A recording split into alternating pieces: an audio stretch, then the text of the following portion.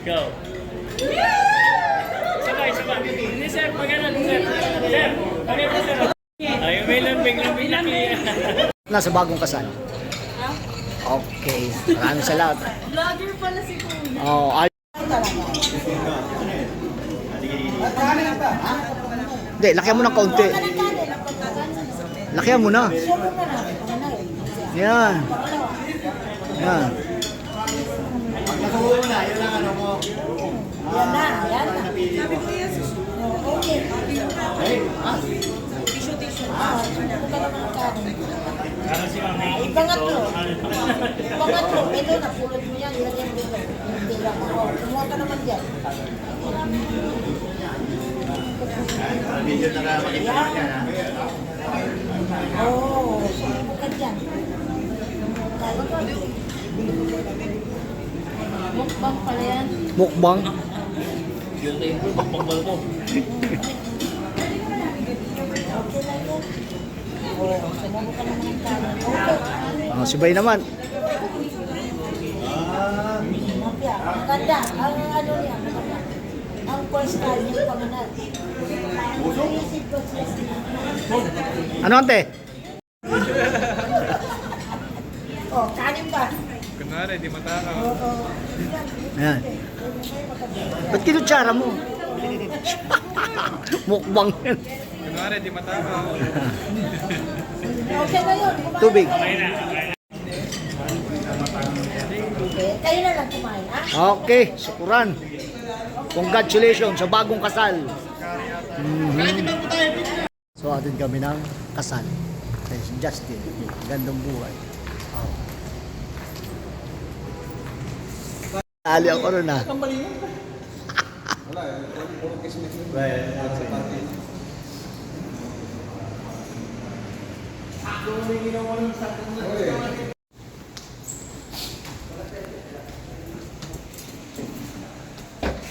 Sixth floor. Galing ako ng Quadcap.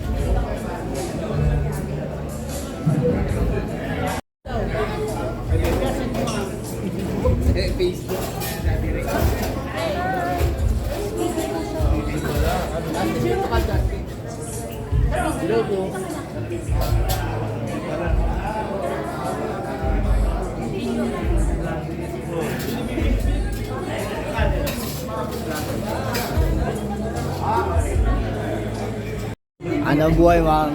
Anong meron ngayon? Ah, wedding. Sino ang kakasal?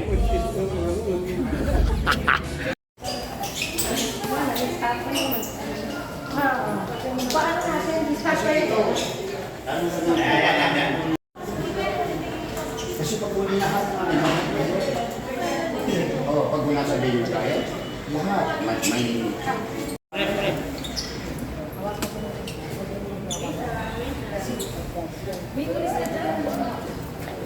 yan. Basta wag mo na hawakan yung kamay niya na ano, kasi ano na ba? Alakad? Alakad nga ba? Ayan. Medyo dahan-dahan. Tandaan lang. Tandaan, yan.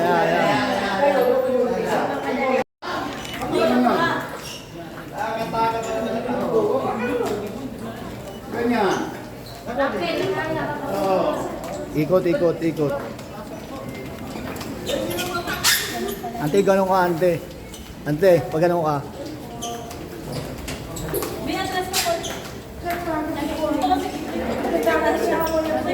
Diretso. Dili ko. Uy,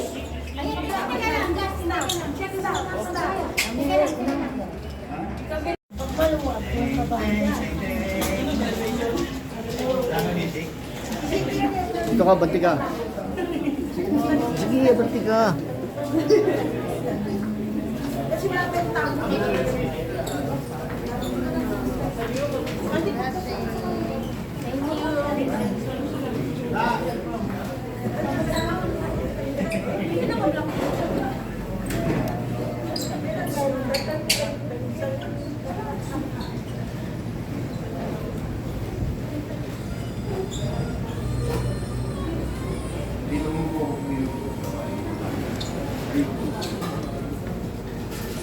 Kahit hindi ka lang upo. Dali ka na sana. Yan. Sige na yung kumali. Kunin mo na. Kunin mo na lang.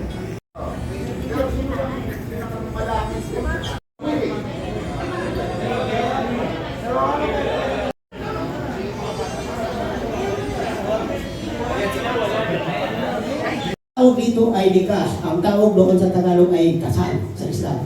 Ang kasal sa Islam ay apat na dahilan upang mangyari. Isa, ang kasundo ng lalaki at babae. Pangalawa, may kasundo ang kabilang mga magulang ng lalaki at magulang ng babae. Pangatlo, mayroong pinag-usapan na mahal, dori o doti sa Tagalog, at pang-apat ay declaration. Itong ginagawa natin yung declaration. At ito, si Kuya Ben, ang aking magulang o ating bilang maging sentro ng ating advice sa mga kapatiran ay niyaya niya. Lalaki, wala yung declaration kasal. Oh, sabi ng iba, nakasal sila sikrito. Sa Islam, bawal ang sikrito. Okay. Ngayon, ipasa ko na kay Kuya Ben ang aking tanong. Ito bang tatlong pagkasundo ng babae, natanong ba sila kung sila ay nagkasundo sa kabilang buhay mula sa mundo ito at sa kabilang buhay walang pagsisihan? Okay now. Pangalawang tanong po, ito ba ay na-settlement sa magulang ng lalaki at mga magulang ng babae na sila ay nagkasundo? Nag-usap-usap pa sila na ito si babae at si lalaki ay pagkasal natin na walang sa pilitan. Kasi meron tayong kaso. Kahit pa Islam, kahit pa Christian, kahit pa anong relihiyon, mayroon tayong bawat isang tao may kalayaan. Ito ay walang sa pilitan, kung ito ay walang sa pilitan, sila ay nagkasunod ng mga magulang ng lalaki at magulang ng babae. Pangatlong katanong, mayroon bang dori o doti? Yung sinasabing dori, yung iba, akala nila, kabayaran sa babae, hindi kapital nila yun. Dori ang tawag yun. O bilang bawo nila sa kanilang pag-asal. Ngayon, kung yun ay meron, ang payo na ito ay kapital upang sila ay magkasunod mula sa ibabaw na ito hanggang kabilang buhay na sila ay matibay. At sunod natin tingnan ng mensahe ay magulang ng babae. At sino man yun, pasa ko sa kay Kuya Ben kung sino man ang hihingyan. Pwedeng i-proxy o kapalit na magulang kung limang tayo magulang ng lalaki. Kung sino man ang medyo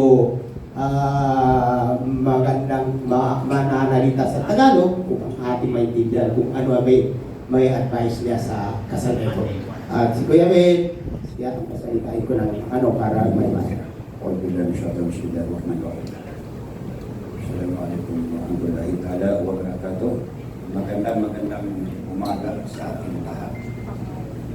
Ito, yung mga batang ikakasal, ay ang yung lahat ng laki-laki. Ang pinag-usapan doon, 300,000, 350,000.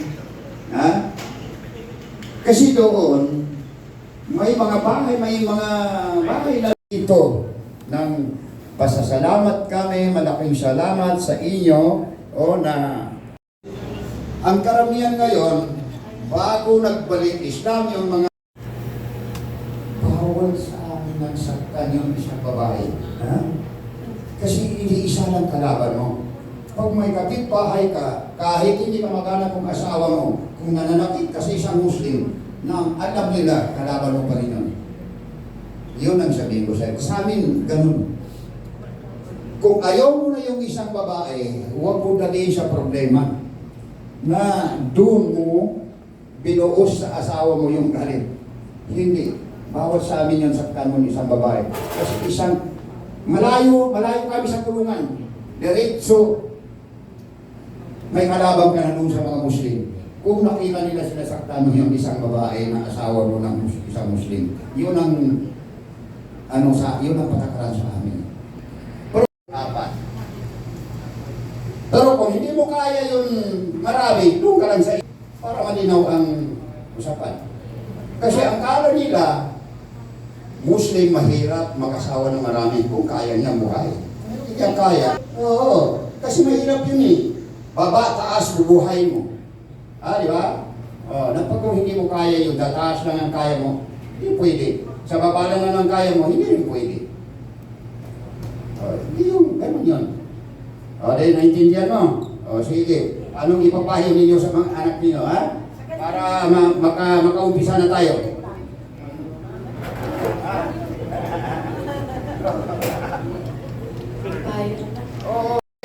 Basta yung mukha mo malinaw. Kasi baka doon galing ang ipapakain.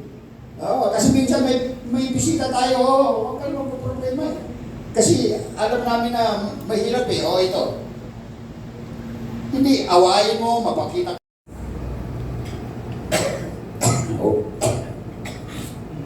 Nahihirapan yung magulang natin. Kaya nga, magmahal tayo ng dito. Yung magulang natin, hindi natin babayaan. Kasi ngayon, nagpalit kayo eh. Ang naging anak ng nanay mo, ito. Ang naging magulang mo, ito. Yun ang yan ang usapan dyan sa mga matatanda. Kasi mahirap yun. Kasi hindi lang yung anak mo pinapaliwan mo yun, pati yung dalawa eh. Yes po. Huwag sila Wala ka dito. Una, yung 5 haligi ng Islam ay pagsaksi ng dalawa. Ang ibig sabihin ng pagsaksi ng dalawa ay sumasaksi ka na walang ibang Diyos maliban kay Allah at sumasaksi ka na walang ibang propeta na sinusumbong maliban kay Propeta.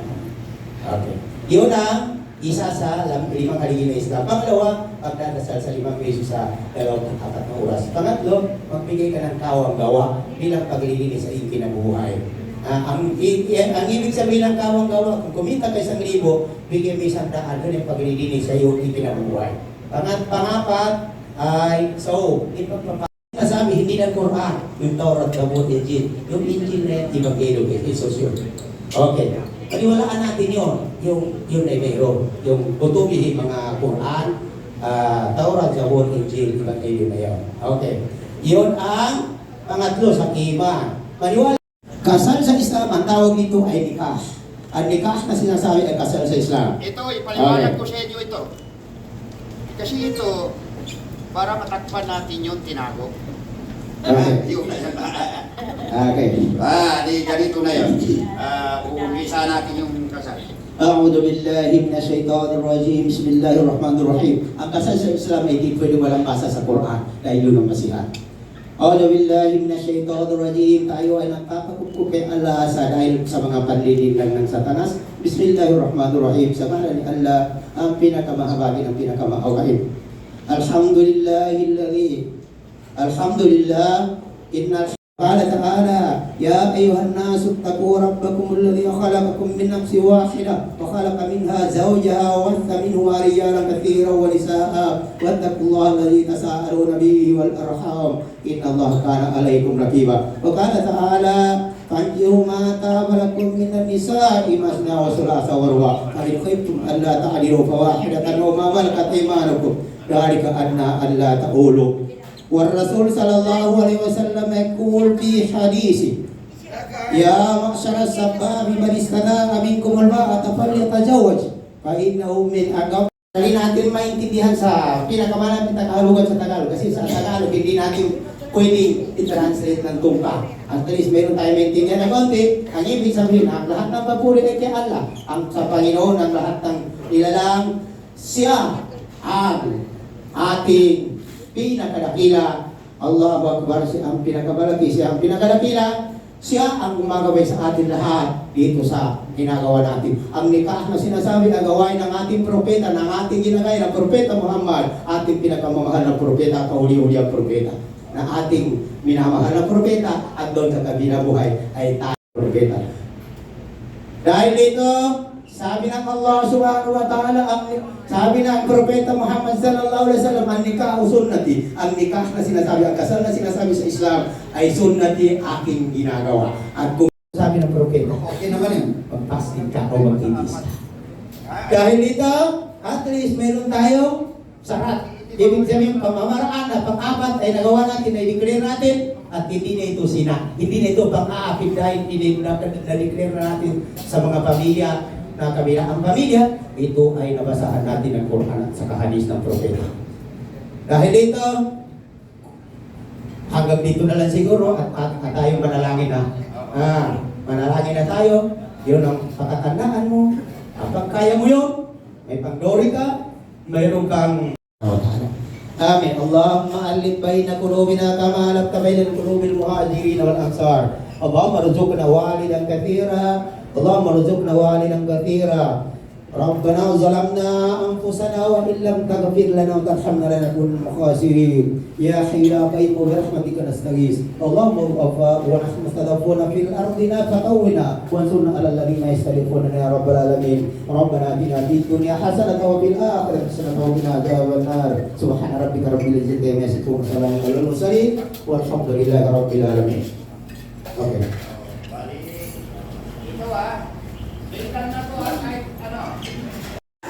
Special request.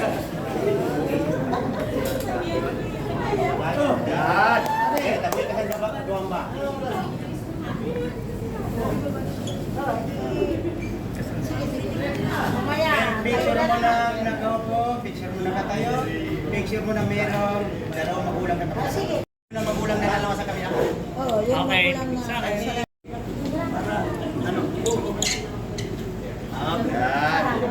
Okay, makita ko na ng away na. Sir, okay lang po kayo. Yan. Yan, okay na, okay na. Tama lang yun, sir. Ready, 1, 2, 3. Kunin mo ako. Hindi natin. Dali ah. Kaya mo.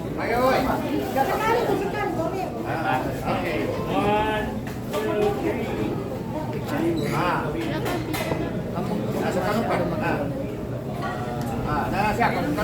Thank you. Bawal lang hindi nagkangiti, ha? Oh, patawanin mo. Pangitin mo. 3. Thank you. Hindi. 1, 2, 3. Closer.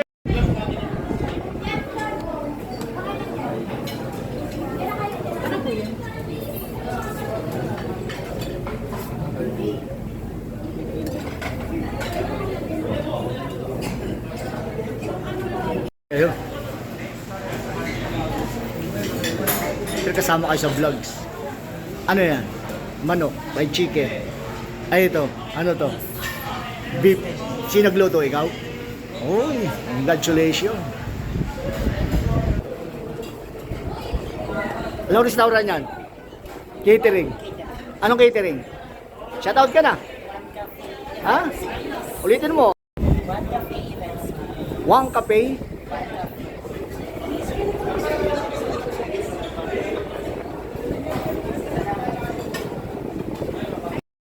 Hindi yan live.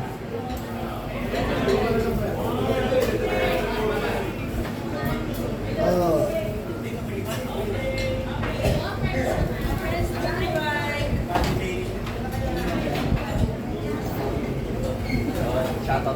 Shoutout nga. Yung kanyo, catering. Shoutout ninyo. Oh? Ha? Ay, suspay ka. Shoutout ka lang mga suspay. Shoutout sa mahal niya sa buhay. Anong pangalan catering nyo? One cafe. One Cafe. Saan siya matatagpuan? Dito lang.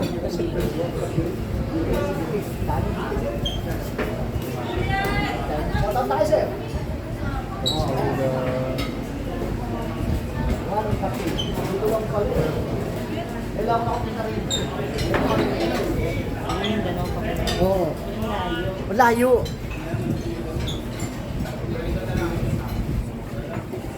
One cafe. Okay na yan. Yan.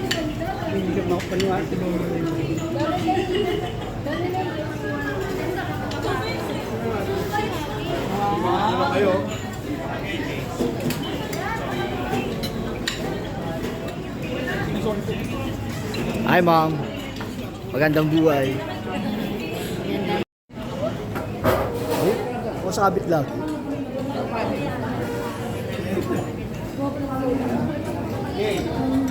Ayun, sinsin nila.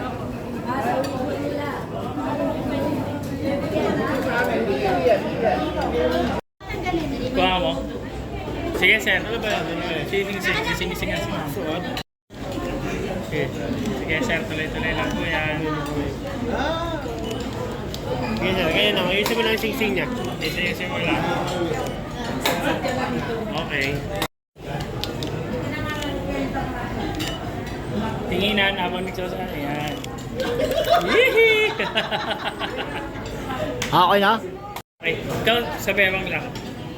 Okay, ready? Ay, may lambing. Okay, go. Sabay. Hindi, sir. Pagano, sir. Sir, pagano, sir. Shoutout na. Ayun, sa kabagong kasal. Sino kinasal ngayon? Congrats po! Okay, thank you. Sa bagong kasal.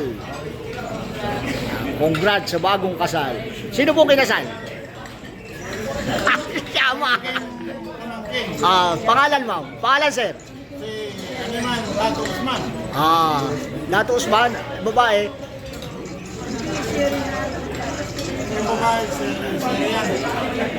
Kuya ko. Okay, sukran. Na kayo sa mga guwapito. Sino ka kinasal? Ayos lang. Shoutout na kayo. Kamag-anak mo ba sila? Tropa? Tropa. Okay. Sige, salamat o. Ikutin ko lang. Shoutout na sa bagong kasal.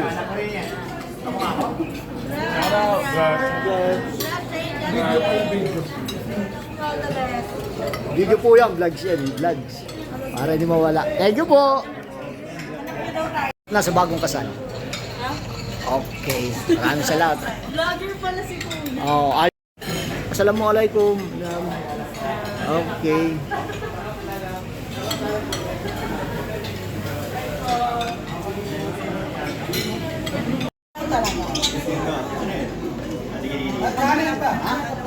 Hindi, lakihan mo ng kaunti.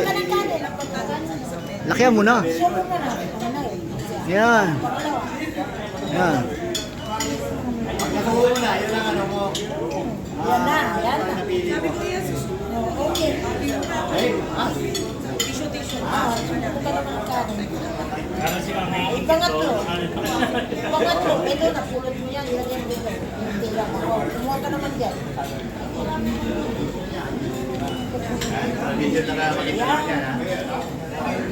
Oo. Sumubo ka dyan. Mukbang pala yan. Mukbang. Yung tayo po, bakbang ko. Okay lang yan. Oo. Sumubo ka naman ang kanin. Okay. Subay naman. Mafia. Maganda. Ang ano niya. Maganda. Ang first time yung panganan. Naisip ko siya sila. Ano ante? Oh, kanin ba? Kunwari, di matakaw. Oo. Ayan. Ba't kinutsara mo? Mukbang yan. Kunwari, di matakaw. Okay na yun. Kumain Tubig. na kayo. Okay. Kayo na lang kumain, ha? Okay, syukuran. Congratulations sa bagong kasal.